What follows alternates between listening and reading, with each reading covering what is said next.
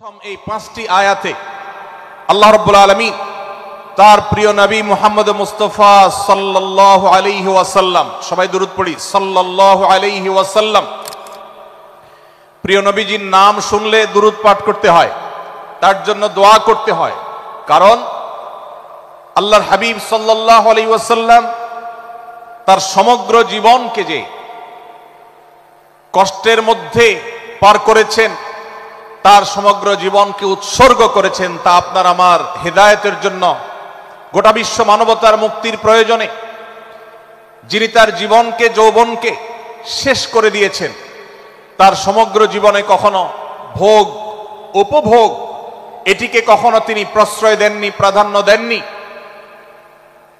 দিনাতিপাত করেছেন অত্যন্ত কষ্টের সাথে, শত সহস্র বাধার সম্মুখীন হয়েছেন, শুধুমাত্র কিয়ামত পর্যন্ত আগত সকল মুসলিম নরনারীর কাছে যেন কোরআনের বার্তা পৌঁছে যায়, সবাই যেন হেদায়েত প্রাপ্ত হয়ে যায়, সবাই যেন মুক্তি প্রাপ্ত হয়ে যায়, সবাই যেন জান্নাতি হয়ে যায়, সবাই যেন জাহান্নাম থেকে মুক্তি লাভ করে।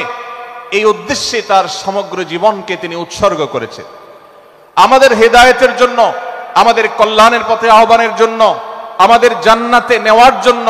যার সমগ্র জীবনে কখনো ভোগ উপভোগকে প্রশ্রয় দেননি, কষ্টে নিপতিত হয়েছেন। তিনি চাইলে মক্কার রাজত্ব করতে পারতেন, তিনি চাইলে মক্কার সবচেয়ে ভোগী মানুষ হতে পারতেন, কিন্তু সেটা না করে তিনি যে ত্যাগের দৃষ্টান্ত স্থাপন করেছেন, প্রিয় নবী মুহাম্মদ সাল্লাল্লাহু আলাইহি সাল্লামের সেই অবদানের স্বীকৃতি স্বরূপ আমরা তার নাম যখনই শুনবো সাল্লাল্লাহু আলাইহি সাল্লাম বলে তার প্রতি আল্লাহর রহমত যেন, অনুগ্রহ যেন নাজিল হয়, সেজন্য দোয়া করব। আল্লাহ তাআলা তার হাবিবকে রহমত এমনিতেই দান করবেন, আপনি আর আমি তার জন্য রহমতের দোয়া করার মধ্য দিয়ে আমরা সৌভাগ্যবান মানুষের কাতারে শামিল হতে পারবো। তো আমি যেটি বলছিলাম, সূরাতুল হুজুরাতের 1 থেকে 5 নম্বর আয়াত পর্যন্ত এই 5টি আয়াতে আল্লাহ রাব্বুল আলামিন প্রিয় নবী সাল্লাল্লাহু আলাইহি সাল্লামের সাথে আদব এবং শিষ্টাচারের শিক্ষা দিয়েছেন মানব জাতিকে।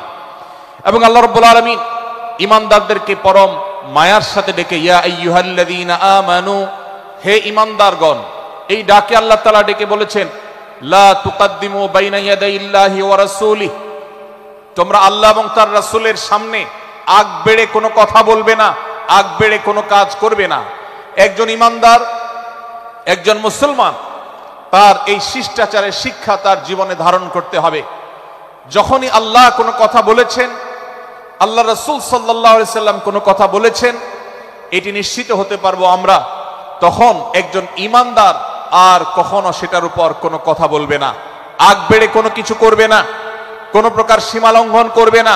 ক্বালাল্লাহ ক্বালার রাসূল, আল্লাহ বলেছেন, আল্লাহ রাসূল বলেছেন, এটি শোনার পর সে তার আপদমস্তককে সারেন্ডার করবে, সে নিজেকে আত্মসমর্পণ করবে। এরপর তার কোনো যুক্তিকে, কোনো বুদ্ধিকে, তার কোনো মতামতকে সে সেখানে আর দাঁড় করাবার চেষ্টা করবে না। এটা একজন শিষ্টাচার বিশিষ্ট ঈমানদারের বৈশিষ্ট্য। কোরআন এই শিক্ষা আমাদেরকে দিয়েছে। ভাইরা আমার,